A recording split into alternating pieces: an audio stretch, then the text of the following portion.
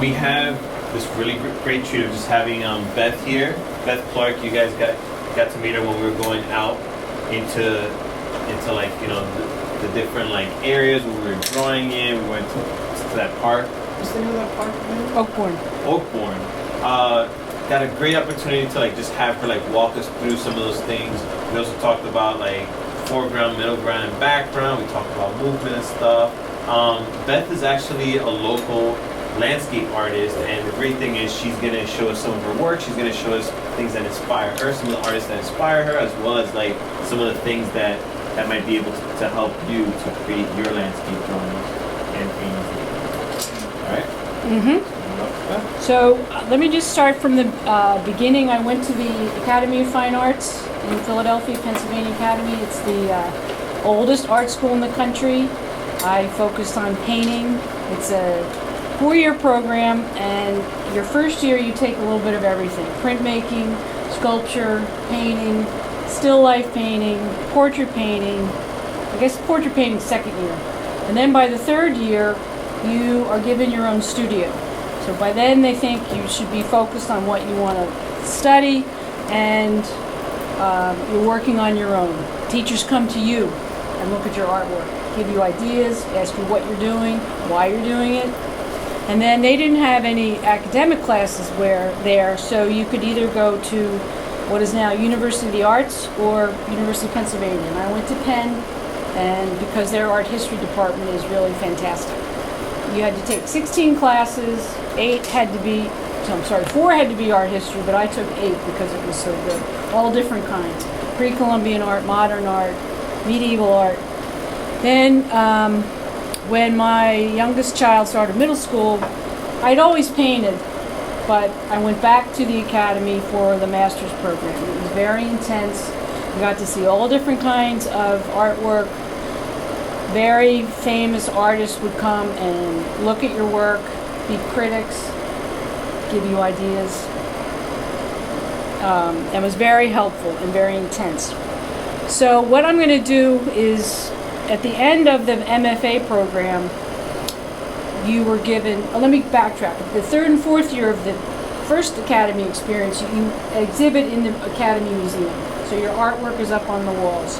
And I was given a couple prizes. I got a landscape prize. I got a prize to travel to Europe for 10 weeks. Money to go.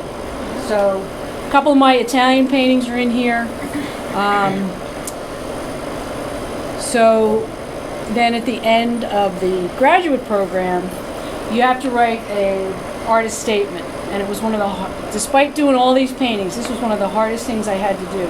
Because you have to, in a few small lines, short lines, you have to put your whole philosophy together, what you're interested in, and be compact. So I've been saying I did it about 40 times before I got the one I liked. So I'm going to read this, and then we're going to look at early work, then we're going to jump ahead to more recent stuff. Talked about my materials. I have brought in actual paintings, look at some of the artists that I like to look at. I have a website, a couple of paintings there that are a little bit different. So this is my artist statement. I base my process on the plein air tradition. Plein air means we're outside, in the air, open air. Tradition, in order to respond directly to the landscape. It is important that my work reflect these observations of nature with the evidence of my hand apparent. By that I mean, I want to see brushwork, I want to see erasing, scratch. I don't want it to be nice and smooth and photographic looking, okay? The application of my materials, whether oil paint, pastel, or charcoal, has as much meaning for me as my subject matter. Returning to a site many times allows an exploration of the same motif, unifying my processes and thus providing a continuum. The same location is always a new place, and that'll be more evident in the second group of paintings that we're going to look at. So these paintings, when I first started painting the landscape, I always wanted to have something man-made, juxtaposed, compared with nature. So that's what a lot of these early paintings are. Ready? Yes. Let's do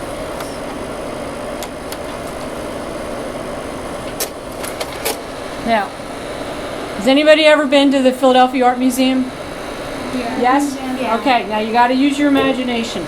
Pretend you're looking at the art museum in this direction, and then you're just going to move your eye left. And that's where this was painted. I've got the road going to the left, the little trestle bridge. It's actually stone, which you can see in the real painting better than, and then the landscape, and then the cityscape in the back. So I've got a lot of the man-made things with the sky and the grass. Now this is a big painting, and actually before all this industrial area was built, the building you're in and all the other buildings, this is where that was painted. So imagine that none of these buildings were here, and you know what they grew along here? It was that long white building is a mushroom farm. That's where they grew the mushrooms. And the green building is kind of a storage thing. So it's a big building. It's I like those little red poles that go across, but it's just kind of funny that here we are sitting in this space, and this is what was here, well, let me see, 35 years ago? So, but that was a mushroom. So, we used to grow mushrooms here? Yep. Yes. So like in this building? No, not in this building, in this land. Not in this building, it would smell. Oh yeah, that makes sense. Okay, so this is on the edge of Fairmount in Philadelphia. I've just always have loved those turquoise bridges on the left. So there's a little more nature in this one. This is on the way home from the beach. Very kind of solitary, and I don't think lonely so much, but just kind of solitary. The little tree. What? The little tree right there. Yep. I can't see. My glasses. Forgot them. And I always have loved streetlights, painting the streetlights. Now this one I included because I know I'm big on going outside to paint, but this is one of the first ones I ever did inside, painted from my own paintings. So I had 3 or 4 that I painted outside, brought them inside, and made this bigger painting from them. And I was pretty happy with it. And it's probably 3 by 4 feet.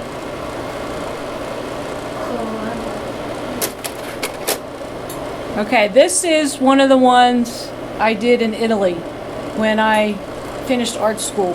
And here, this is the easel. This is when I take it up. I'll be right there. I take it apart, and this is what I put my painting on. And it's like a triangular stand.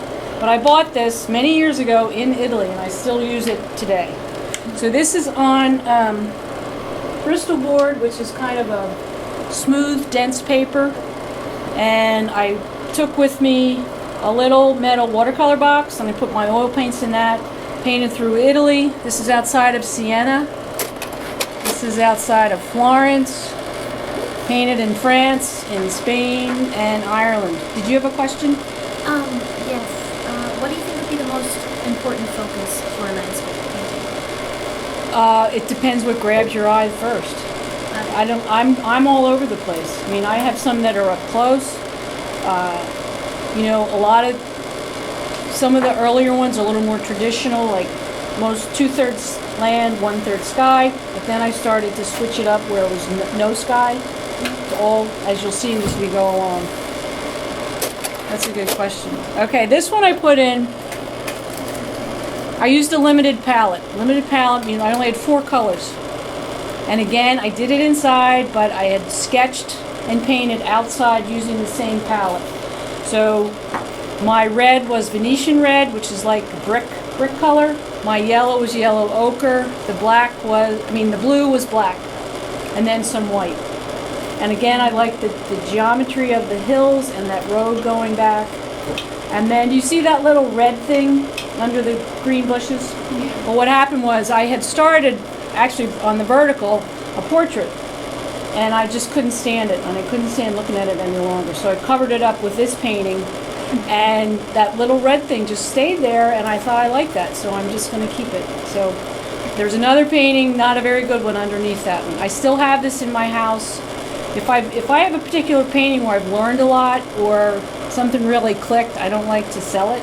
I don't put it, I keep it for me. Like those Italian sketches, I have them all still. I've never exhibited them. It's just something personal for me. All right, now we're going to jump into the 2000s. That was a long time ago, those first group of paintings. 1980s, 1985. So this is mid-2000s. And when I said the same location is always a new place, this is what I'm referring to. I go back to the same location and I get as many different compositions as I can. If you're out there and you maybe just go a little bit to the left, you've got a brand new composition. If you go closer to that tree, you've got another composition, which I find really exciting. And I don't really go out with a preconceived idea. I'm not really sure what I'm going to paint that day. Like, I didn't go say, oh, I think I want to paint 2 trees in the shape of a V. I go out, I look around a little bit, something starts to take hold, and then I start painting. And these are about 18 by 24 on paper. I think I did 4 of these, one after the other in early spring, because the weather changes, the colors change so fast that I knew I couldn't go back to the same painting because it would be completely different. This one is a little smaller. Again, these are, until we get to the paintings of the woods, these are all the same block of land. Different areas, same block of land. This one I did palette. Can you give me one of those? Palette knife. Palette knife is really fun to use. You can. I have a big paper easel. A palette. You can get little blotches of color and mix it right on the palette, and then put it right on your painting. You can also take the palette and scrape it off and leave a little bit of color left behind. See that bright green in the middle left? I would just take the green almost from the tube, scrape it on, and then just lay it on top of the painting. So it's just an alternative to a brush. And then just to the left of that green, I scratched it out. So you can do a lot with the palette knife. And this one's not very big. This is probably 8 by 10 inches. Now, the winter ones are mostly pastel, because if you're standing out in a field in the winter, it's generally going to be pretty windy, which makes, if it's cold, it's going to be even colder. And the wind, I get very frustrated. So what I do is I sit in the back of my van and I paint.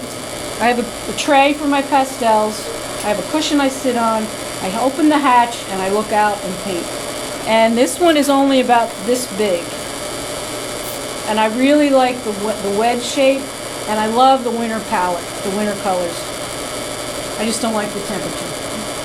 I've been actually out painting when it's been snowy, and it's pretty cool. There's another winter one. That's about this size. It's a vertical, obviously. See, I can see the geometry behind it. And those trees actually really did look red to me. Now, I don't know if you can see it, but there's a bit of texture on the pastels, and I'll show you what I do to the paper to get that. There's this has a lot of charcoal on it. I think it's important to draw drawing landscape really helps you simplify it. Like, you really just have to get at what's the important part. Because if you're going to stand there and draw every little leaf, you're going to be there for hours. Yeah. Do you like pastel or paint? It's equal. It's equal. In fact, when I do have a rut, or I do get stumped, or I'm losing, not inspiration, but I'm just kind of down in a slump, I'm a pretty committed landscape painter, so I don't really change my subject matter, but I'll change what I'm using. So that happened a couple years ago, and I tried watercolor, and it just didn't have the oomph I wanted here. So I bought gouache. And gouache is in the tubes, and I put it in a little tray. I have a couple sizes of these. And I have one to show you. When you spray water on it, it gets liquidy again, and then you can use it as paint. So, what did you have? Yes. Have you ever like mixed the tools that you use? So, like you'll have one painting and then you use pastels, but for different colors. I have and some to use show you something. that I did that. Yep. So, squash is good to travel with because all you need is water. It doesn't smell like oil paint. I mean, I love the smell of oil paint, but to travel with it, it's kind of hard. This pastel's on the bigger size. It's probably like this tall, maybe about that wide. I buy big sheets of Bristol board, and I put gesso on it. You know, with the white acrylic spread.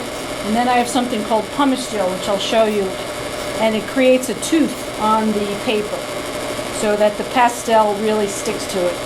You can buy pastel paper, but I like to fix my own surfaces. Okay, now this is a little bit different spot. I live right in Westchester, and actually I'm a couple doors down from Mrs. O, and at the end of our street used to be these great natural wooded plot, and everything would fall and rot. It wasn't manicured, it wasn't taken care of, it was pure nature. So I did a lot of paintings down there. Now, remember I said more the traditional, like 2/3 land, 1/3 sky in some of those early ones? This is the trees going all the way up to the top and all the way down to the bottom.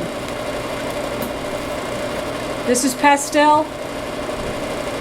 I like the line of the trees. It kind of creates the structure for me rather than the parking lot or the telephone poles did in the past. These I did a series of these down in Sea Isle. I'm not a huge fan of bright blue skies, but if you have a nice atmospheric, not cloudy day, but day with clouds, that's what excites me. So that's kind of the reverse, you know, almost 3/4 sky and 1/4 ground. There's another winter one. You can see the texture in this one better. This is back to that woods, this tree doing everything and standing up straight. That's a pretty big one too. Now this one, I had an exhibit at the university in 2007, and they actually used this for the card. This has a little bit of palette knife, a little bit of brush, scratching. Again, there's not much foreground. It's kind of like you're in the woods. Now these next two, this one and the one after it, are the same spot. But this one is obviously winter, pastel. It's almost divided in half. If you flip that up and down, if you put that on the vertical, I bet the sky, maybe not, maybe it's a little bit different. Almost the land and the sky are the same shape, just flipped. You see that? Now this is the same spot, but it's oil paint and it's done with a palette knife. Sometimes I'll do the palette knife and then brush with it. And I think and then this is pastel as well. That's about as much green as I get in my pastels. The greens I paint in the summer, I can't get them in the pastel. I don't know what it is. And actually, I don't use green on my palette. I mix all the greens I use when I show you the summer paintings I did. Now, I have a website, and we're just going to look at a couple of them, but there's a quote.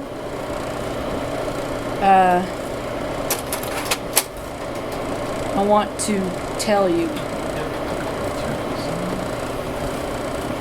So it's BethClark.net. And these have a couple with the combination. How did you happen to think of that question? Pretty perceptive.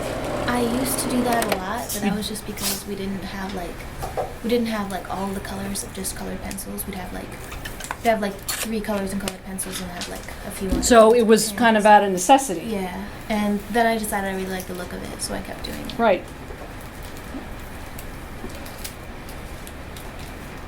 We'll You just want look me at to go to the homepage. Okay.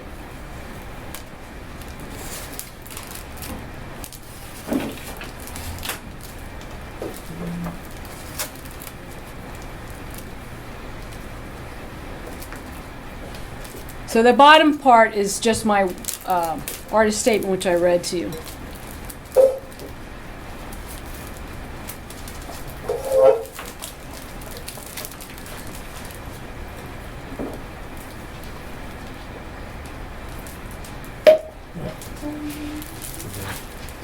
Okay, here's this quote. Nothing is more abstract than reality.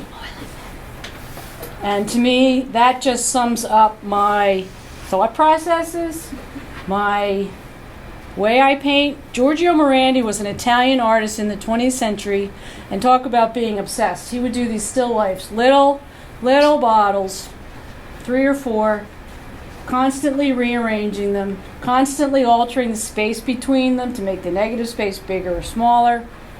And he also painted landscape, and they almost look like still lifes. They're very blocky. So if we want to go to the work, actually, can you go up for this? Yeah, sure. 102. 102 is good. Oh. It's the same one, I think. Okay, 102. Now you see the sky is kind of brushy. That's gouache. But then if you look in the center, this bright green, I just put a touch of pastel on it. So it's got the water-based with the pastel on top. I didn't grind it in, I just went... I have this brand, I was telling this guy that it's called Schmicky, and you take 2 pastels, a cheap one and a Schmicky, and the Schmicky weighs so much more. You can feel it in your hand, the density of the pigment, and you just have to touch it, and it stays on there. So that's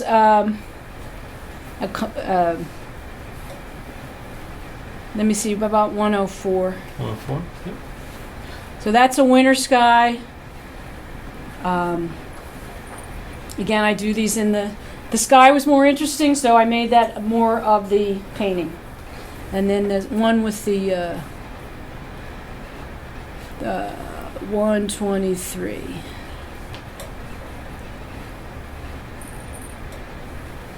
Now this one, this was a little bit different for me because it has the foreground, but then I kind of kept the trees on the side, so it's kind of a window into the background, and kept the sky there.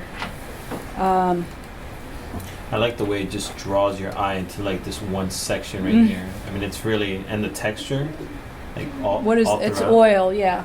Yeah, oil on Bristol boards. Yeah.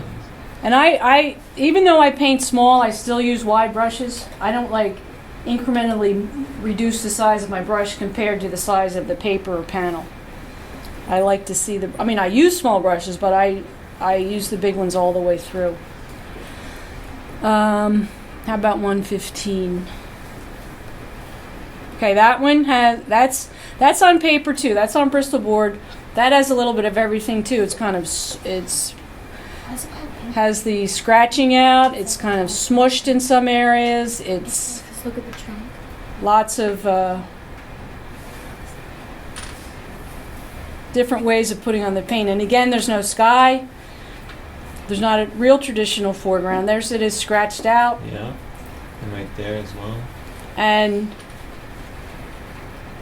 I seal the Bristol board, like the pastel paper I like nice and have a tooth, a little bit rough, like fine sandpaper.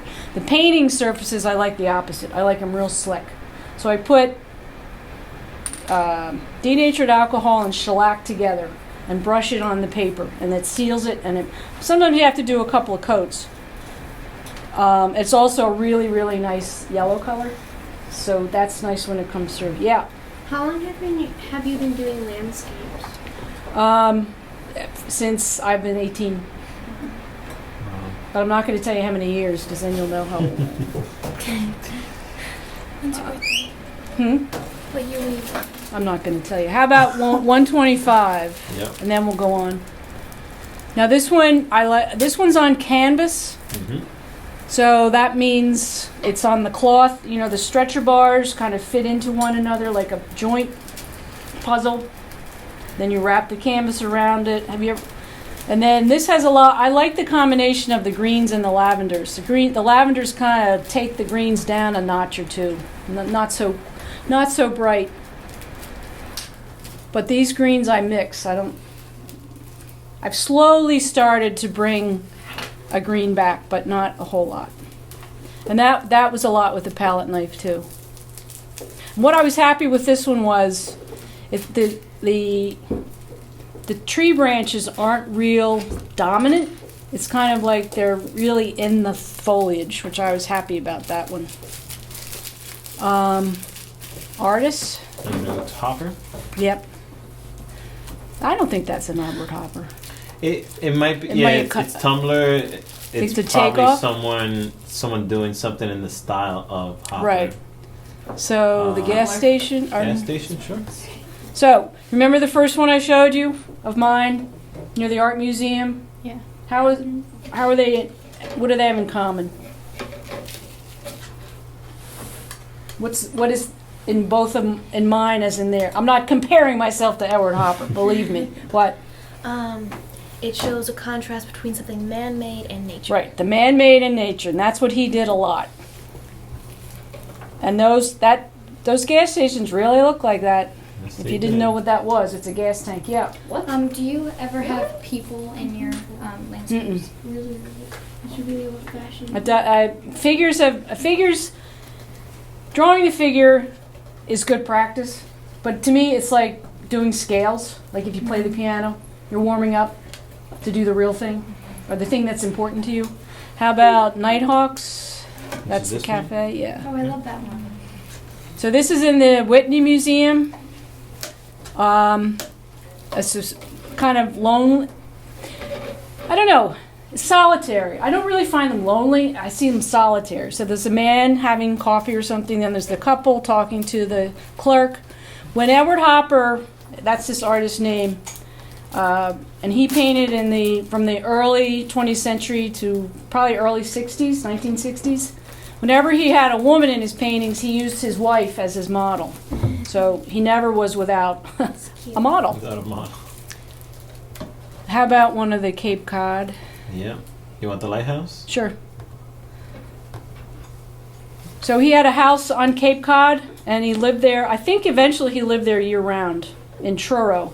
So he painted a lot of the Cape Cod scenery, buildings.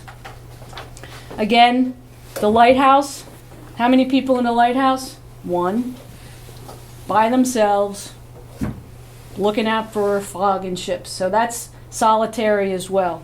And the other thing that's kind of interesting is I've seen a book or two where people have actually photographed the places he painted, and then they would put his painting on the next page, and sometimes they weren't exactly the same. So he would take liberties. If he didn't want it looking, maybe the house had 14 windows and he only wants 2, he'd switch it. So that's something you can do too in your landscapes. You can, if it's not quite right, you can make it how you want it.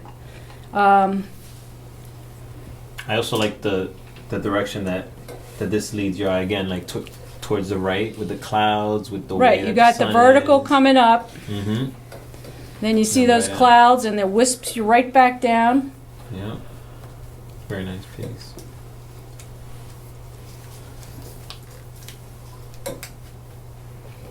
That was left. Windows? Left. Oh. Yeah. This one. There's another one of the lighthouses. Beautiful light. Anyway, when I was about 9, when, as I said before, little kids could actually walk around the museum by themselves, I was at the Academy of Fine Arts, and there was a solo show of Edward Hopper. Solo show means he was the only artist there.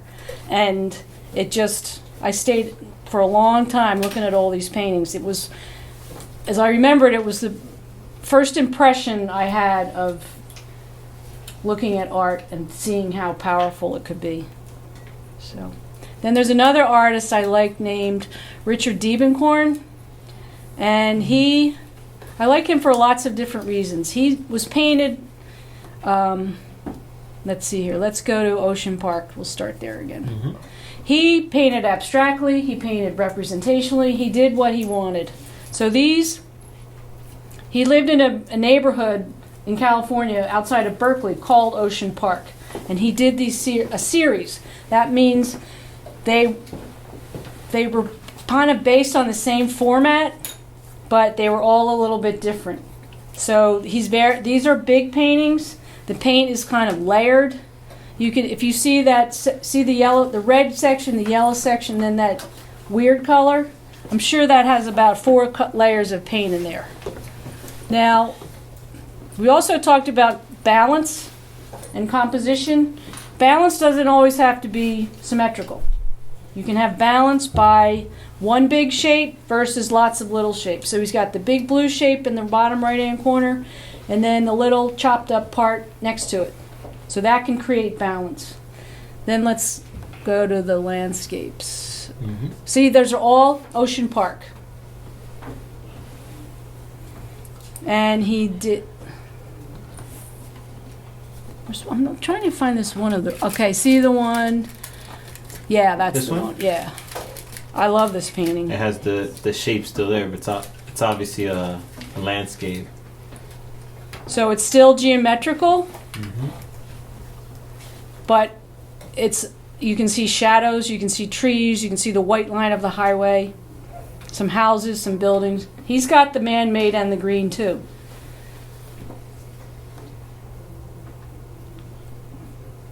Now those are the completely abstract ones.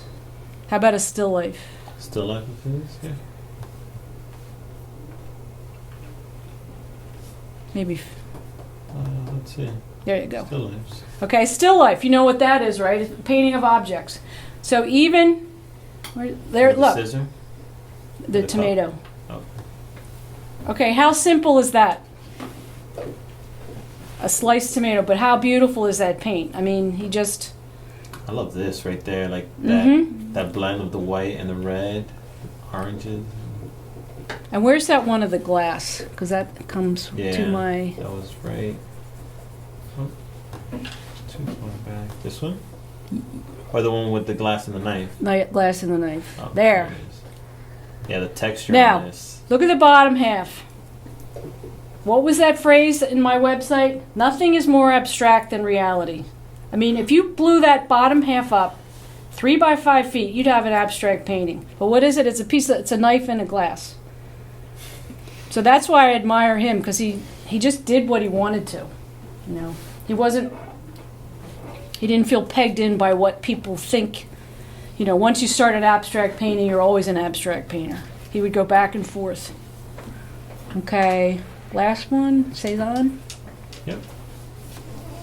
Okay, this, I really like Paul Cezanne. He was a little bit after the Impressionists. He painted landscape. He painted it all. He painted landscape, still life, portraits, his wife. But he painted this mountain a lot. It's called Mont Saint-Victoire, and it's in southern France. And I was saying to the other group, you know, why do you think he did those trees that way? Those trees are right in front of you. It kind of frames the mountain, so the mountain is pushed back. It's almost like but he's making the mountain important by putting the frame around it. So we can look at a couple more. Aix-en-Provence, right? Yep. Where's that? That one. Still life? Yeah. Yep. Okay, here's an example of his still life. Now, I see a couple of ways to balance it out. It has symmetrical balance and asymmetrical balance. If you look at the white shape on the left, okay, it's kind of round at the top and then pointed down. And then you look at the blue cloth that comes in from the other side. They kind of are the same shape and the same size. They kind of balance each other out. But what's in the background? Have somebody describe the background. Dull, bright, busy, quiet. Dull, quiet. Yeah. Nothing's happening. So what's in front of it? Lots of bright colors with glass. So that's kind of, if you had a red background, that still life wouldn't pop out. So it's kind of that kind of a balance. Okay? All right, I think that's, let me see. You want to do Louise? Yeah, Lois Dodd is still living. Look at throw the picture of her. This Photograph. this one of that her one, painting? yeah. Yeah. I She's love that. based in Maine and New York City, and she also works in the Delaware Water Gap. She works on at plein air. That's her easel. It's the stand. If we have time, I can open this one up. She actually juried a show, was the judge, and accepted one of my paintings into it, which was very fabulous for me. And she picked the one what? This is a photograph, right? This Yeah, is a photograph this is of her painting. I was thinking if that was a painting, it'd be like, wow. A painting of someone painting. That's a painting of someone painting. Watching someone painting. Well, My footing. I love seeing the artist in his or her environment, like as she's painting. So you see the canvas, and you see in front of her what she is she's painting. And how it's what she's done to it to Yeah. make it her own. Yeah, because this, I mean, I'm looking right here, like this is now on a pot. This is not in a pot. Like she decided to actually create Mm-hmm. a pot right there for that to sit in, and even like the pathway, like you see that arch right there. That arch is not in the actual physical space, but for her, she wants the art, or she wants the viewer to kind of like be led through something interesting versus just like this opening. As interesting as the landscape itself is, you could always add or take away something to make it more interesting or tell a different story with that. She's one of my heroes because she's followed her own track forever. She's still doing it, and she's as down to earth as can be. She lives in Manhattan. She's 87, I think. She lives in a third floor walk up, so she walks up those steps. This is another guy, Fairfield Porter, who again followed his own. Do the one of the left landscape. This one? Down, Yep. that, yeah. He painted realistically, although loose paint, but he painted realistically at a time when the majority of important, famous painters were painting abstractly. But again, he just followed his own path. He was also a very good writer. He would write art reviews for magazines. His brother is Elliot Porter, who's a photographer. So, what do we have here? Let me show you some of my things. Oh yeah. No, Some of you- real ones. Oh yeah, the real one. Right. I'm like, wait, we'll go back to it. Is it all right if I walk? Sure. Yeah. Now you're free to move around. Let's turn on the lights. Okay, this is I one just stopped recording this. kind of. Yeah. What do we have? Oh, good. Kind of painful. That's perfect. Yeah, 15 minutes. So, I brought this in. This is one of the early ones. Not big, but it shows the interest in the geometry and the land. We got the highway, the bridge. I love bridges. I love modern bridges. I don't really, I'm not sentimental about other stuff. But I was standing right here looking at this thing with trucks whizzing by and everything else. This is oil on canvas. These are the stretchers. I was trying to see how they lock into place, like a puzzle. The good thing about these is you can make your paintings any size you want. If you want a 12 by 12 inch, you can do 12 by 12 inch. If you want 18 by 6 inches, you can do 18 by 6. You just buy two of the same. Then you wrap your canvas around, put the gesso on, and start painting. Now, the pastels have a bit of texture because I'll pass this around. You can see the brush marks. I do gesso, which is the white acrylic stuff. It seals it. Remember I said I like the opposite. For the paintings, I like nice and smooth and slick. For the drawing and pastel, I like it with a tooth. So if this feels a little rough, this is pumice gel. It's really ugly gray color. But if you put it on with one of those cheap sponge brushes, then it dries and it creates a tooth. And if you want something really, where do we have it? What's here? Let me see We don't something. have like a sponge brush. No, let me see something. So if you want something light, it can be light. If you want something really dark, it'll stay that way, especially with the chalk. It is cool. And so that's the difference between the pastel and the other paper. Here is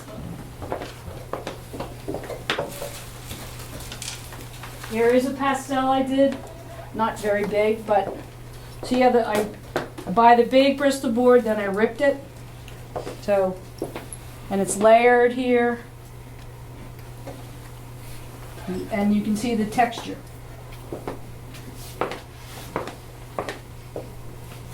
And then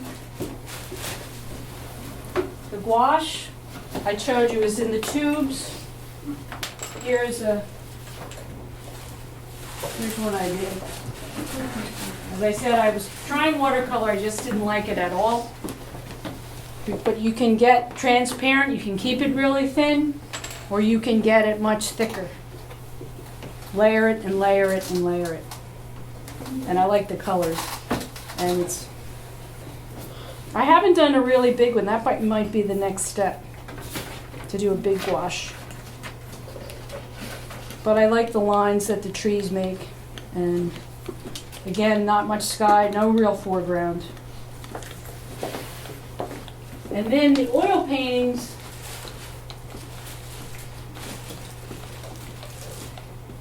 I found this product, and I do buy it, but it's very smooth. I don't have to do anything to it. But when I buy it, it's white. But I put a tone on it of alizarin crimson, which is a really sharp pink, and Indian yellow. And they are both transparent colors, so they're not thick. They dissolve really nicely. So I put it in a jar, put a lot of solvent in there, shake it up, and then I just brush on the panel.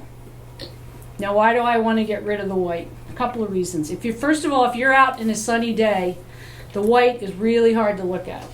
And especially if you're looking at the landscape and then looking at bright white, your eyes don't switch fast enough. It's really hard to remember what you see. So if I put a color on white, it's really hard to recognize it.